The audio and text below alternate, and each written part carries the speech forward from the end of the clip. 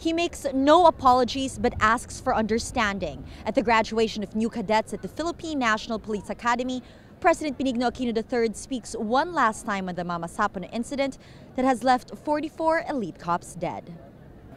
2 months since the botched police operation targeting top terrorists, Aquino reiterates taking responsibility for the death of the 44, but asks the public to put themselves in his shoes.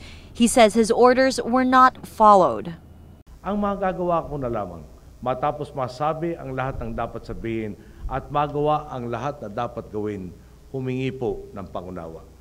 Gaano man katindi ang galit ko sa ginawang pagsuway sa ibinigay kong utos, gaano man ang pagsisisi ko sa pagtitiwala sa mga taong itinago sa akin ng totoo, hindi ko mabubura ang katotohanan. Patay na ang 44 na membro ng ating kapulisan. At nangyari ito sa panahon ng aking panunungkulan. Dadalhin ko, at ulitin ko po, dadalhin ko ang katotohanan ito hanggang sa aking mismong libingan. Ang sa akin lang po, subukan rin sana ninyong ilagay ang sarili ninyo sa sitwasyon ko. Kung sa umaga pa lang nauna akong pinadalhan ng mensahe, tinapat na ako at sinabing, Sir, nagigipit na kami. Hindi po namin nasunod ang sinabi ninyong koordinasyon, kaya mabagal ang usad ng armed forces. Pwede po ba ninyo kaming tulungan mapabilis ang responde? Kung nalaman ko ito agad, sa tingin ninyo ba, hindi ako gagawa ng paraan para tulungan ang ating hanay? Aquino does not go into detail on the operation as he has in the past, nor does he mention any names, but he says he is being nothing but honest. Sa mata po ng Diyos, totoo po ang sinasabi ko sa inyo.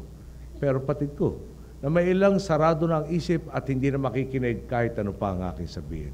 He also vows justice for the fallen. Both the reports from the Board of Inquiry and the Senate find Aquino responsible for the operation.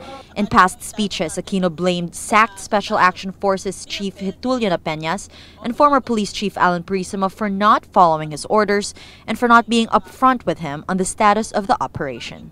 Aquino's speech comes as a nationwide poll shows 8 out of 10 Filipinos are not happy with the president's explanation of Mama Sapano so far, and as his survey numbers plunge following the incident.